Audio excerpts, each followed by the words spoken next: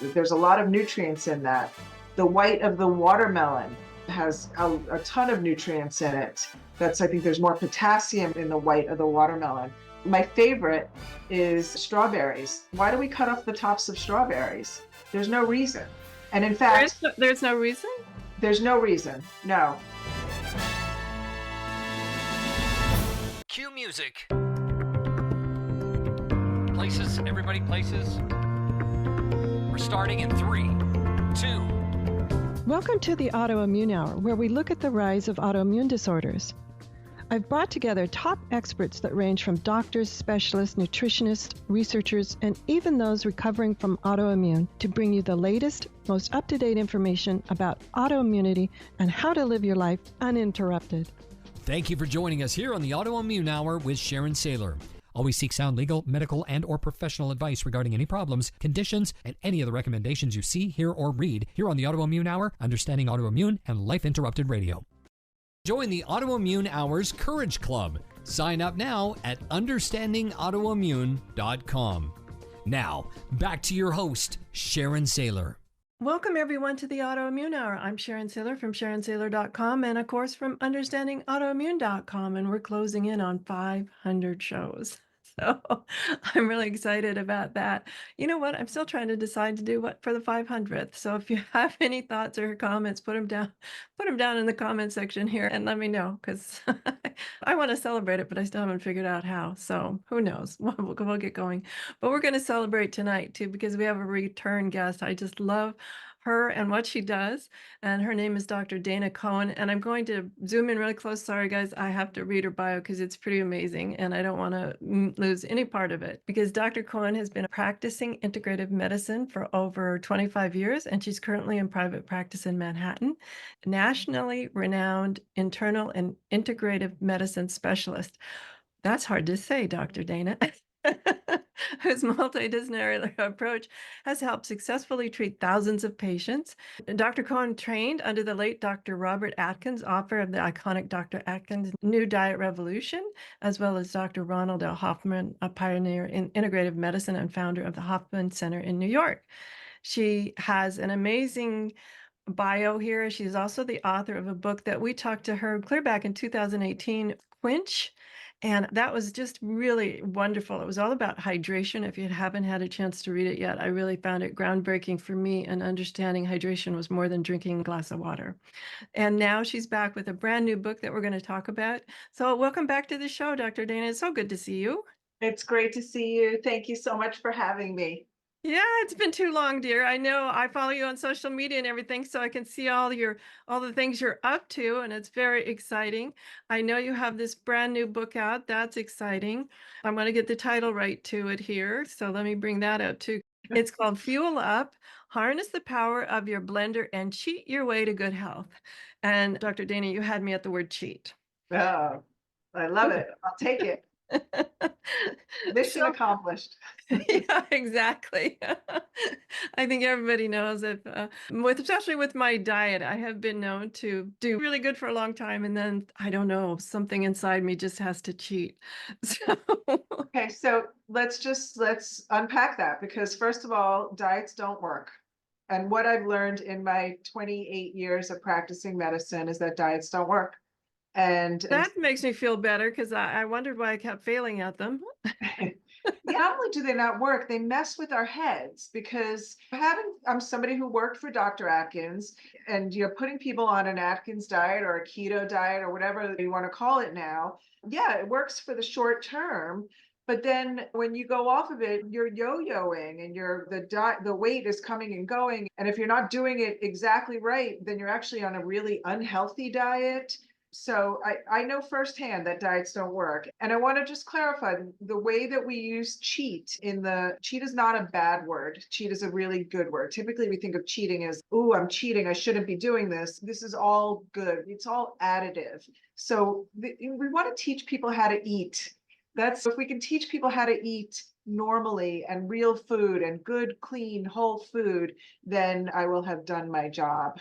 And I love the book, and I agree. My cheating is different than your cheating, because your cheating soothed my psyche in a way of that, oh, I can have good, tasty stuff, you know? Yeah.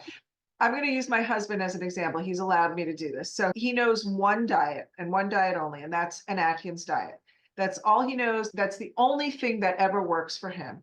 But the truth is, I've known him now for many years, and he does not know how to eat normally when he goes off the diet because he thinks that when he eats sugar, he's cheating and his brain is all messed up, and fruit's not good for him because it's carbs. So he has to unlearn what the one diet that works for him and know how to modulate when he's not on, because nobody can follow an Atkins diet lifelong, or any diet or any restriction lifelong, except for if it's a real medical thing like celiac disease or something like that. The bottom line, and this is the whole premise of the book, the bottom line is that we need to get ultra processed foods out of our diets. And every step of the way, we give you little cheats or hacks or whatever you want to call them, how to up level your nutrition wherever and whenever you can.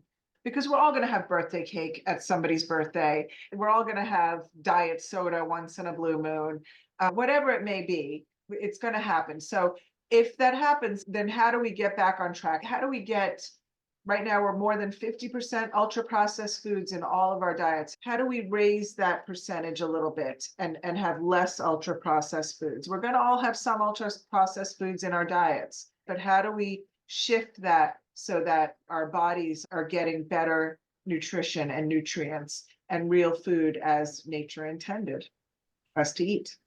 I think that's the critical thing. And I appreciate that you allow a little bit of ultra processed food because I know I travel like you a lot. And there are times that ultra processed food in the carry on luggage is the best option out there at that moment. Yeah. I will say I've been doing this a long time. There's not a single, I don't want to, I'm not going to put anybody on the spot, but most of the health professionals that I know don't necessarily eat 100% of the time perfectly. None of us do. So we have to live in this world. We have to enjoy ourselves. We need to pick our poisons, so to speak. So I'm not giving people free range to do that. And honestly, my dream is to get this book in the hands of people who have never picked up a health book before, people who don't understand or can't diet. Let's just be normal and let's just eat real food. Let's start there. Hydration, start with hydration first, always. We talked about it with Quench. So now this is taking a step further. So how do we eat real food? How do we clean up our diets as best we can? It's not just a smoothie book. So although there's plenty of smoothies in the book, we give recipes for condiments, for cocktails and mocktails and desserts and breads even. So there's a lot of things that we can do. So harness your blender. It is a blender book because the blender is, first of all, almost every household in the United States has a blender in their house. I think it's something like 96 or 90% of households own a blender. It's fun. It's fun. It's easy. And think about it, like it's almost impossible to put junk food in a blender. Like you're only putting real food in a blender. You're not going to put cake in a blender and blend it up with fruit unless there's something wrong. I want to take a step back because it's been since 2018 since we've had you on the show. Talk a little bit about the basics of hydration, and then we'll get into why smoothies are good for you as well. So let's just backtrack a little bit to those who missed that opportunity in 2018 to hear you talk about hydration. Learning how to optimally hydrate is the single most important thing you can do to treat and prevent chronic disease, period. Hands down. Mic drop. That's a really important statement, right? Hydration is not necessarily drinking water, although that's part of it. We need to be eating real food, whole foods, fruits, vegetables. What we're eating plays a role in hydration, as does movement plays a role in hydration. Sleeping plays a role in hydration. Our environments play a role in hydration. So meaning if you're sitting in an air-conditioned office with all these, what do you call those lights? Fluorescent lights on us, and we're sitting at our desk all day, eating takeout and drinking alcohol, you're the worst possible thing you could be doing for yourself. We want to learn how to hydrate optimally. It's different for every person. The 8 glasses a day doesn't necessarily jive with everybody. It's very individual. We need to learn what our set point is for hydration, and I will tell you exactly what that is. We are meant to urinate every 2 or 3 hours during our waking hours. So, meaning we need to be getting up during our day every 2 or 3 hours and peeing. And if we're not doing that, we're not hydrating enough. That's a That good is way to keep score. the single most important thing to do to know that you're not dehydrating. It's not looking at your urine, although we did talk about that in the book. We've changed our minds on that because it's okay, but it's not a great test. And we don't have a great way of measuring hydration. So we want to eat real food. We want to eat more fruits and vegetables. We want to exercise. We need to move, and we want to drink some water. So look at your urine output. Start your day with a big glass of water, 8 to 16 ounces, and then you may need some more during the day. I like to throw some things in. I usually tell people have a glass of water before every meal, 10 minutes before every meal. Just suck it down. That's an easy sort of rule to get a few more glasses in. And then you may need more, or if you're eating well, you may not need more. Couple quick questions about water before we jump into the blender part of the story. I was told to drink a glass of warm lemon water in the morning, like real lemon juice in water in the morning. Does the temperature of the water have any effect on the absorption? Yes. So if I were a Chinese medicine practitioner, I would absolutely say yes. So I don't know as a medical doctor, I don't think there's any research that shows that. Although I honor and cherish and see Chinese medicine practitioners, it's a very different kind of medicine than I practice. What I say is do whatever it takes to get you to drink that water. Okay. So if you only like ice in your water, so be it. Okay. But yeah, there may be something to the hot and the cold, according to Chinese medicine. I don't know. Okay. Then the other part of that is the lemon. I guess it changes the pH of the water. I'm not sure what it does, but does that help absorb it, or is that just like only if you like it? No, I think so. The pH, it turns out, may not have any effect. These alkaline waters, we don't know. There's still no great research to say the pH is going to change immediately when it hits your stomach anyway. But I think the lemon does add some extra minerals and vitamin to that water, and it makes it taste good. So I do think that there's something to the lemon more for the electrolytes, that it can be giving you a little bit of electrolytes. I even tell people to put a little pinch of real salt in that morning water just to give you even more electrolytes, sodium and chloride and other minerals. But you want the full spectrum good salt, like pink salt or something like that. So, what is the difference between the salt and off the shelf electrolytes? I've seen powdered electrolytes in like multiple ways. Yeah, salt is cheap, is super, super cheap. So if you don't have the privilege of buying these over-the-counter electrolyte mixes, salt should be able to do. It's definitely going to be a much, much lesser concentration. And the electrolyte replacers, many of them, I'm on the board of one called Cure Electrolytes. They follow the World Health Organization of electrolyte replacements. So there are very specific numbers that follow. You want to be careful and make sure there's no other added ingredients and sugars and artificial colors and those kind of things. So some of those are better than others, but sometimes all you need is a little pinch of salt. That sounds simple enough and easier for me to understand than figuring out all those labels for the high price things. Thank I you. will say though, if you're an athlete, especially even a regular person, if you really struggle from dehydration, or you're an athlete, or you sweat a lot, you're like a big sweater, then you may, or perspirer, then you may want to use one of the, they're not that expensive, but for somebody that maybe needs it more, an electrolyte replacement is a better way to go. Oh, okay. Good to Yeah. know. Good to know. Okay. Thank you for clearing up and bringing us up to date on the latest on hydration. So let's jump into smoothies. Define a smoothie for everybody so they know if that's possible. Because in your book, there was, I don't know, 100 recipes or more. So, I define a smoothie as this. It's a blended greens with whatever else you want to put in there. So blended with water or whatever liquid you want to put in there. And then whatever else is icing on the cake, so to speak, right? So fruits, you could put some seeds or ginger, lemon, whatever, yogurt, then that starts to make more of a meal. But a smoothie is a blended versus a juiced drink, right? So when you're juicing something, you're removing all the fiber, you're removing all the stuff, and you're just getting the juice. You're squeezing out the juice versus a smoothie is something that's just blended. So that's the difference. The other thing I will say is the book, yes, it has over 100 and something recipes, and it's not just smoothies. Like we have recipes for condiments, a great recipe for a gorgeous steak sauce in there that has horseradish. There's unexpected ways to use your blender. There's ice creams, there's desserts, there's mocktails. There's lots of different things that you can do with your blender. So it's not just smoothies. Okay, fantastic. Now, a couple of really basic, simple questions that this might be too basic, but things like carrots and stuff, if they're washed and cleaned, do you have to peel all your fruits and veggies to put them in if you've washed them and made sure they're nice and clean and pesticide free? No, and in fact, it's better that you don't. It turns out that the carrot tops, the greens on your carrot tops, have a ton of nutrition. And I think we have some recipes to use those to make some pestos.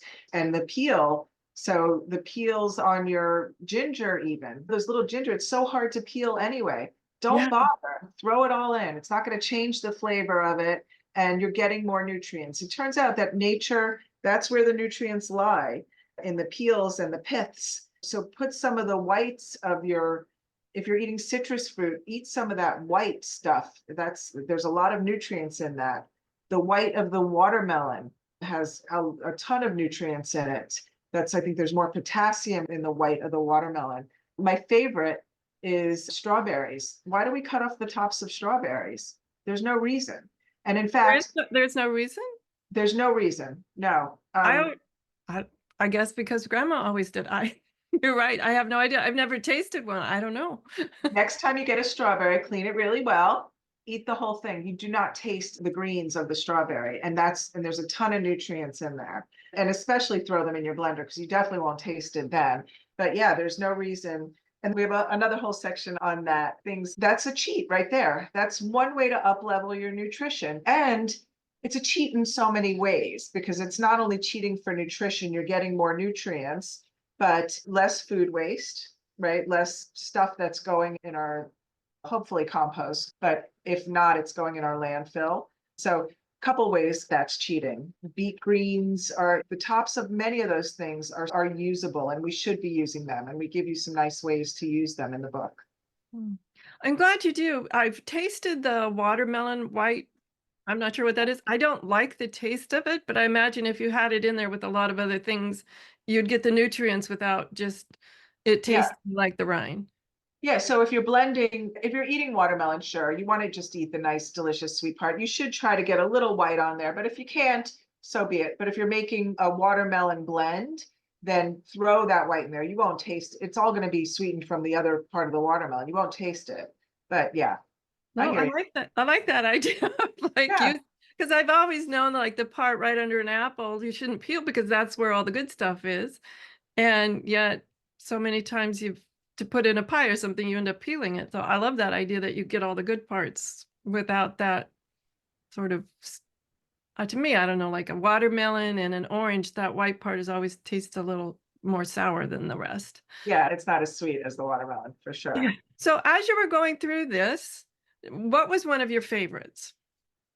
One of the whole impetuses for me writing the book was, so I have a co-author, Colin Sapphire. He invented the NutriBullet, and he now has a new blender out called the Beast, right? So for years we were trying to figure out how to work together, and he's got all these colonisms, that I call them colonisms, and he's so beautiful the way he speaks and eloquent. And so we were trying to figure out how to work together. And one day I said, Colin, do you want to write this book? And the reason I said that is because there's a steak sauce. There's a very famous steak sauce that I buy, and I love this steak sauce. And I love it because there's horseradish in it. It's the only reason I love it. I love the taste of any vehicle for horseradish, I love. And for some reason, which I always look at labels, I never looked at the label on this one, and I decided to look at the label. And I look at it, and the first 4 ingredients are 4 different types of sugars and 1,000 other, and a bunch of other ingredients, some I couldn't even pronounce the names, and high fructose corn syrup being one of them. And I was like, the only reason I like this is the horseradish. why can't I just make this? And I started with ketchup and horseradish, and then I helped with a friend who's a cook to help me really create a better recipe. So I love that recipe. That's a cheat then. You're making this on your own and it's got a bunch of other nutrients in it, onions and tomatoes. And so that's up leveling your nutrition in just a condiment. And imagine if the more you keep doing that, eating real food, making real blends, the soon your health is just, you're going to really notice a difference in your health the more that you keep doing this. I think you bring up a really good point, though, is what I want to call these mindless things that we add, pre-made salad dressing, sauces. Yes. You're right. I'm not sure I've ever read the labels. So you got this nice organic salad, and then what are you putting on it? We talk a lot about salad dressings in there too. Yeah. The whole idea is just to get people thinking, looking at labels, thinking, where can and it's all additive. We do not talk about diet in the book. There is no diet, there's no deprivation because we meet people where they are. And if you can just at every step of the way up level your nutrition a little bit, soon the ball is rolling in the other direction. Right now, most of our diets are 50% ultra processed foods. If we can start to really change that ratio, I think we're going to make a huge difference in our overall health. Absolutely. Now, a quick question. I've been reading a lot about the different kinds of powders, and maybe they're not as healthy as we think, whether it's the green powders or the protein powders or whatever, that idea. What's your thought on these additive powders, and can we make them ourselves? I don't know how you would make a powder yourself. I don't know what you mean by that. I was just wondering, like food dehydrator and then blending it or something. I don't know. I'm just wondering if there's a way to get some of the, or do we just use the fresh greens and call it good? Okay. All right. Great question. Thank you. Number one, best to always eat real food. However, protein powders, I have a whole line of powders that's coming out. I don't even know if you knew this before we had this, but No, I didn't. Congratulations. thank you. Thank you. It's my Quench line of products. So it's all powdered to make our lives easier. And we do have a whole section of the book that discusses specifically protein powders. And the truth is, we do want to get our protein best from food. So it's hard to put protein in a smoothie, though. Like, how are you going to? It's very hard. But we figured out some ways, and we give all those ways: hemp seeds, cottage cheese. We even have a recipe for chicken salad in a blender. There are ways to get protein. Hey, I didn't see that one. It's a little, we're going to put it in, but it's fun. But protein powders are, I think, a good thing, especially in this crazy world, grab and go world that we live in. Once again, meet people where they are. So I have a powdered green blend that's coming out. It's just powdered greens. Everything's organic in there. So first of all, you can't even but it's got 1,000 things. There's the things you want to look for: no grasses, no fillers in these powdered greens. And the truth is, I think like it would be especially great for kids who hate eating greens, right? I'm not a mom, but I've had many parents that can't get my kids to eat greens. This is great. It tastes really good. Like, what a great way to sneak greens into your kids' drinks. Or there's many people that don't eat enough greens and they know it. So there are reasons and places for these powders, and I am a fan. So that's my thing. But always first, eat it from Mother Nature. And then always check the label to make sure you're getting the real stuff. Now, when you say no grasses, is that even things like wheatgrass and stuff? Yeah, wheatgrass is a fillery thing. It's not a lot of nutrients in there. I remember years ago, it was a real craze to take like a shot of wheatgrass. And I don't know, every time I did that, which was like 2 or 3 times because I said, no way. I always flash back to my childhood mowing lawns. I don't know why. Yeah. Smell was Yeah. more than I could tolerate. Yeah. Yes, I mean, and there's a lot of new powdered greens out there on the market. So definitely look at ingredients, make sure there's no other additives, no sugars. I have a greens and a fruit blend, and there's no sugar in there. So you want to also make sure they're not adding sugar or fake sugar. The fruits are sweet enough, and it really does taste, I think, delicious. The problem with mine, I will be honest, is that the color is, because it's greens and fruits, it's a little almost mud-like. So if you're giving it to kids, they may get a little turned off by the color, or they may love it. It tastes great, is the important thing.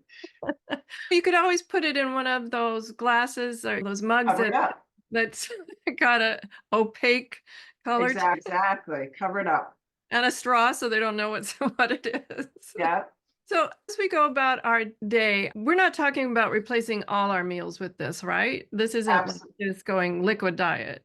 No, thank you for asking that too. Absolutely not. We need to chew. We need to sit and savor our meals, eat with people, and so much so we actually give a couple of recipes in the book on how to roast a chicken, how to poach a fish, because we've lost the art of cooking. Oh, So absolutely. yes, it's mostly a blender book, most of the recipes, but we have a handful of recipes on just some basic cooking tips because we've lost that art of cooking. So yes, we do need to eat real food, and it's not, and we definitely don't want to blend each and every meal because we need to chew as well. So like a fine wine, we have a specific blender drink that goes with the poached trout or something like that. Should we come? And tonight it's spinach and kale and I beet. love that. I'm going to have to now go back and do some pairings and see. I love that, but that's a great idea. Oh, because that's what was the first thing that came to my mind. So when I got my poached trout, I would know exactly that if I added, whatever these ingredients, it would be a savory opportunity. Well, there are, no, I'm sorry, there are blended sauces for the chicken and the salmon that we do say pairs well with this chimichurri sauce or whatever it may be. Yes, we do have those. But now I Maybe was thinking of the smoothie. This is what you drink with this, like yeah. a fine It wine. might even be too much though, like a smoothie then with a big meal. I want you to have a salad with that meal. You don't need a smoothie on top of your meal. It's not all like that. I will say one of my other favorite things in the book, this is my apps, and this was solely my idea, not Colin's, are these things we call salad shooters. When there's leftover salad, it never stays well the next day. It's pretty gross and Yeah. slimy. Think about blending that in a blender and doing a shooter that you could do as a snack or before something. Like it's just a great way to consider. And it may or may not be good. It depends on what's in the salad, but it's definitely worth trying. So less food waste. What a great way to get extra vegetables in as a little snack. So I love that whole little section on salad shooters. Now, I was thinking about the leftovers. How long will a smoothie stay good? Can we blend it in the morning and pack it off to lunch, or how long does a smoothie You stay can. good? Ideally, a smoothie you want to drink right away, especially because things start to oxidize and not be so good. But you can for a few hours if you need to. And we give like for the sauces and the condiments, which have other things in them, like olive oil or something like that, they stay a little bit longer. And we looked at the expiration dates, but we erred on the side of caution. So if you make a sauce or a condiment, it can stay maybe 5 days in your refrigerator in an airtight thing. Smoothies are best eaten fairly soon after you make them, but they could stay for a little while as well. I don't have an exact time. I don't think it's a great idea to blend the night before for the morning. I would prep, cut everything, have everything, and we talk about prepping in the book too, anything to save time, that kind of thing. But then it takes 2 minutes to throw it in the blender. Okay, fantastic. We're talking about 2 minutes. We need to take a quick 2-minute break. And when we come back with Dr. Dana Cohen, we're going to talk some more about the health benefits of real food. Wow. As well as smoothies, which is really exciting because I think it's a great way to get kids to introduced into fruits and vegetables. So we'll be right back. Welcome back, everyone, to the Autoimmune Hour. I'm Sharon Sayler, and I'm here with Dr. Dana Cohen, and she is the author of the wonderful book Quench, as well as the book Fuel Up. I'm going to read the subtitle here. Harness the power of your blender and cheat your way to good health. And she's been talking all about smoothies and sauces and other great foods that we can create from scratch that have really good nutrition and not all of the fillers in the junk food that are in ultra processed foods. And so one of the things I wanted to talk to you about was, I guess, making it a habit. Part of it, the reason I'm always attracted, as I said, to ultra processed is the speed of use. But how do we convince ourselves to make it a habit, have all the foods that we need on hand, and as you said, prep them the night before? And what tips do you have for us to build better habits in our health? I think that habits take, what's the word, where you're doing it over and over again. So you Repetition. Yeah, repetition. Thank you. Gosh. I know it's late. We try to make it as easy as possible for you. So we even give you ways to clean your blender, like how to make these things easier for you so that you don't have to worry about the timing in the morning. There's just so many things. And then food prep and doing, I think habits come from liking what you're doing, feeling better. And so having it being sustainable and doable, right?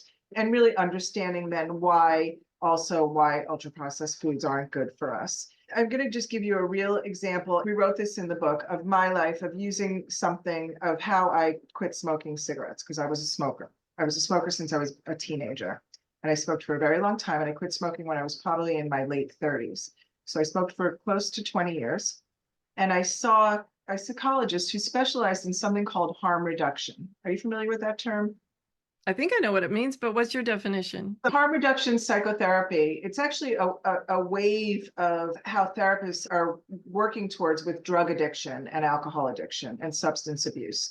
And so basically it meets people where they are, right? So there's no judgment. There's no judgment. It's just complete compassion, understanding where people are, and then making little steps in the right direction.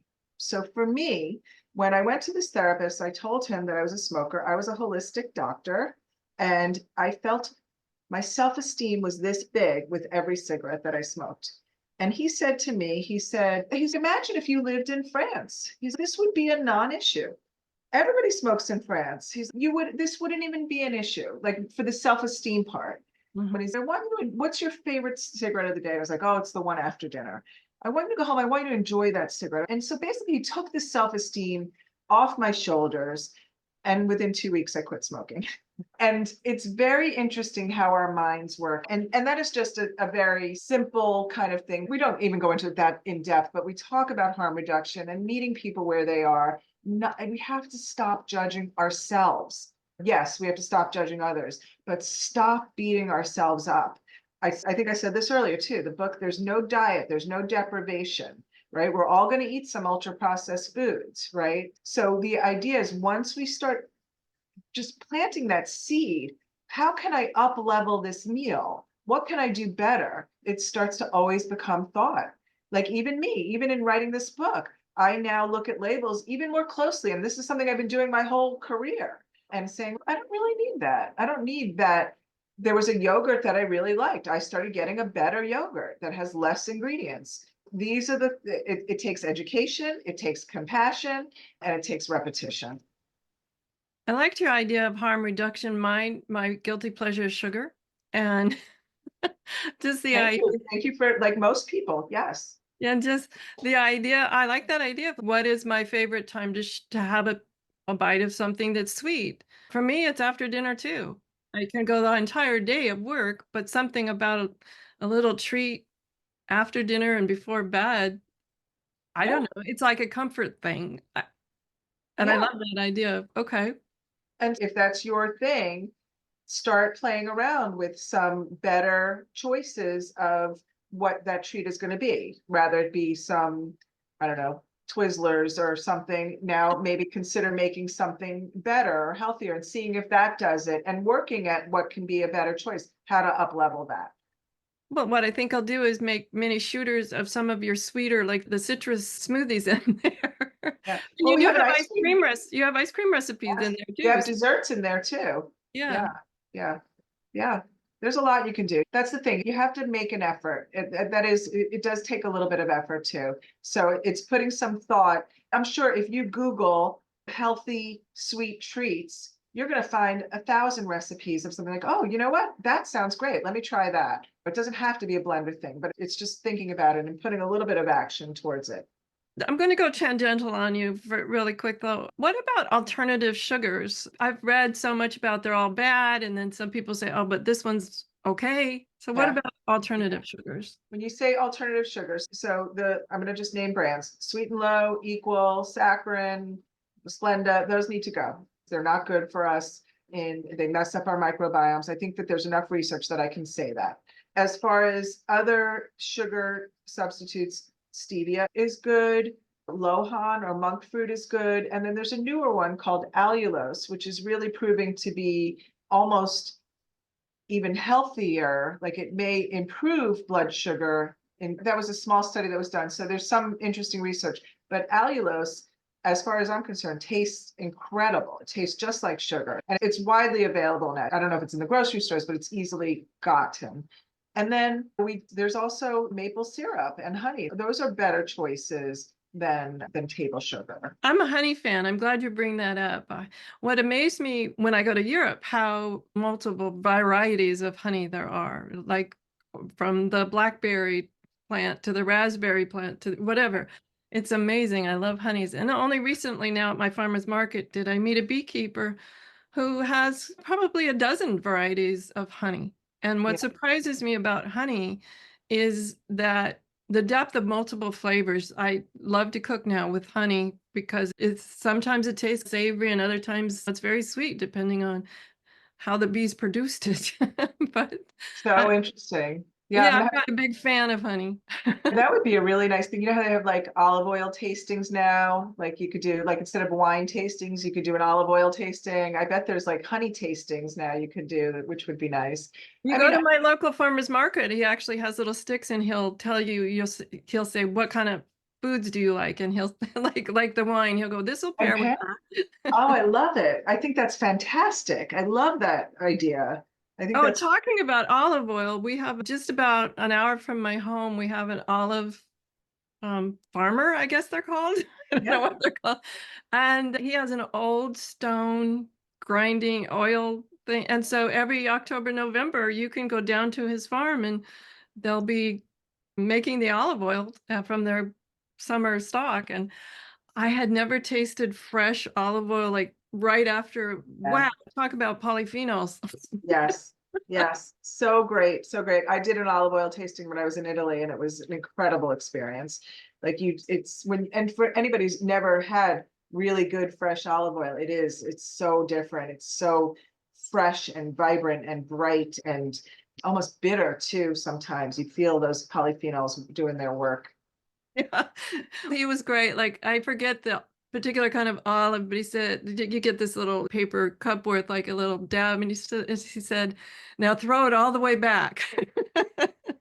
And I was glad I did because it was so strong. But what amazed me about it was it really taught me what olive oil is, Yeah. because now I read about all the adulterated olive oils, and now I'm reading about adulterated avocado oils too, which is so disappointing that it's Yeah. so hard to know. But I was that was fun to actually taste honeys and have such a wide variety. Yes. To me, honey Yes. was always honey in the little plastic bear, and I have discovered a whole new world of honey, as Yeah. well as now a whole new world of olive oil. Yeah, I love it. I love it. Yeah, so honey is great. We don't talk about this in the book because, once again, no diet or deprivation, but if you have blood sugar issues that may pose a risk for you, speak to your doctor, obviously. It's hard, we're speaking to everybody, but by all means, honey is a far better choice than table sugar. The thing that surprised me about sugar, as you mentioned in that sauce that you liked, it had all these sugars in it. And that's the thing that understanding the labels is the different ways that sugar is labeled. It doesn't always just say sugar or Yeah. table sugar. It can be labeled in many different ways to understand really what it's telling you is how much of that is really sugar. Yeah, there's a few things, and it's interesting as I experience and age and learn, I do better. I learn better and I can say things better. Once again, that whole diet and deprivation, we have to be very careful about how we speak, right? There's a few things that I am very much the hard rules, right? So one is trans fats. We really want to get trans fats out of our diet. We all know that, I would hope, at this point. High fructose corn syrup. So that's a sugar that we don't need. If it's on the label, try to get rid of it. Once again, if you're going to have it once in a while, so be it. But those are two things. The other thing is, alcohol. This is the thing about alcohol. We all have, once again, we have to pick our poisons in this world. If you like to have a cocktail every so now and then, sure, fine, so be it. However, the research is showing that we should all be striving for zero alcohol. So those are like the three big things that I'm a little bit of a stickler on, and make sure that you're hydrating well. That's something that you have to stay on top of day in and day out, almost hour by hour. Like you need to make sure you're hydrating enough, not too much, not too little, And whether that's either drinking your water or eating your water, that's something that you need to stay on top of. Your diet can be a little fluid, so to speak. Like I said, we're not going to all eat perfectly every single day. But if you strive to push the nutrients, push real food, you are going to be so much better off in the long run. Fantastic. I'm going to go tangential on you again because this came to my mind, especially with smoothies. What about adding dairy? I know you mentioned yogurt and things, but we'll just say milk versus alternative milks. I've read all sorts of research about different types of alternative milks and which ones are better than the others. And then I'll also read the label for emulsifiers. Part of me just wants to say, oh, shoot, just have milk. I get it. I totally get it. I will say, in my experience as a functional medicine holistic doctor, many people are sensitive to dairy. And I do think that as we get older, too, we lack the enzymes that it takes to break down dairy as well. I think that we lose those enzymes. A little bit of dairy is probably okay in many people, but I just for those reasons alone, I don't think that pure milk in your smoothie is a great idea. I think for the nut milks and for those things, more for the protein content is going to be better. And yeah, you should look at labels. There's lots of good ones out there that are just a few ingredient nut milks. They do exist. The coconut water, coconut milks, those are good. They definitely have flavors, so you got to find what you like. But the truth is, you can make your smoothies with water. It doesn't have to be milk. It doesn't even have to be a nut milk. That didn't ever dawn on me because I've always been the one that adds yogurt. I like the thickening Yeah. agent. Then it's becoming a meal. It's not becoming a drink. So as a breakfast, then yeah, you could definitely add a little yogurt or cottage cheese for protein, like a little bit better protein, those kind of things. If you're not sensitive to dairy, which is a problem in many. Yeah, exactly. I have family members that are extremely sensitive to dairy, so that's important to know. So we're down to just about the last 5 minutes. You're just such a wealth of knowledge. I love talking to you. I love the book. It's fantastic. Everybody, I'm going to tell you the name again. Fuel Up, Harness the Power of Your Blender and Cheat Your Way to Good Health. Any final thoughts and tips? And then tell us more about where we can get the book and even tell us where we can find Quench too, because that's an amazing book. That changed the way I viewed hydration. So make your breakfast a smoothie. That's a great habit to really try to start to strive for. And think about what you're eating for breakfast now and how can you up level that, and think about what you can put into a smoothie to get more fruits and vegetables and fiber. We got a couple minutes, so give us your best shot on fiber. None of us get enough fiber. So what's a great way to do it? Blend up some vegetables and fruits, right? That's a real good way. If you know you're not getting enough, and if you having GI issues, and you definitely want to start slow, but you can put powdered fibers into your blends, is what we call them. And there's so much information about fiber, feeding our good bacteria, helping prevent colon cancer, keeping our bowels going smoother. You do want to be a little careful if you're not used to it, though. Start off slow and make sure that you're hydrating enough if you're adding any kind of fiber. So you want to make sure you're drinking enough water to help the fiber go through you easier. But yeah, fiber is super important, and none of us are getting enough. Is there specific fruits and vegetables that are higher in fiber, or are they about the same? No, I think there's definitely some. The first thing for some reason that flew into my mind are pears are very high in fiber. There's a good fiber fruit. It's funny you mentioned that. Years ago, he's since left our earthly plane, but I had a chiropractor friend who would always say when pear season was here, he was handing out pears like Halloween candy. Love pears. I just love the taste of pears. Yeah, they're really a delicious fruit. And yeah, I think we're coming into the season. Yes, So. we are. And if you're lucky enough, I think just a little side note, if you're lucky enough to live where they grow, one of my favorite things to do now with my grandchildren is go up to the orchards and actually pick the fruit. I'm telling you, they're much more likely to eat it if they just took it off the tree. So fun. Sharon, I'm going to tell you, I have people in my life who have these incredible, amazing gardens, and they really are amazing. And these are like some extraordinarily wealthy people. And honestly, there's nothing that brings them more joy than going to their garden in the morning and picking a fruit and eating it. And anybody who's ever picked your own fruit, like it is the most joyful thing that you can do. I can't explain it until you've done it. So yes, go pick the fruit.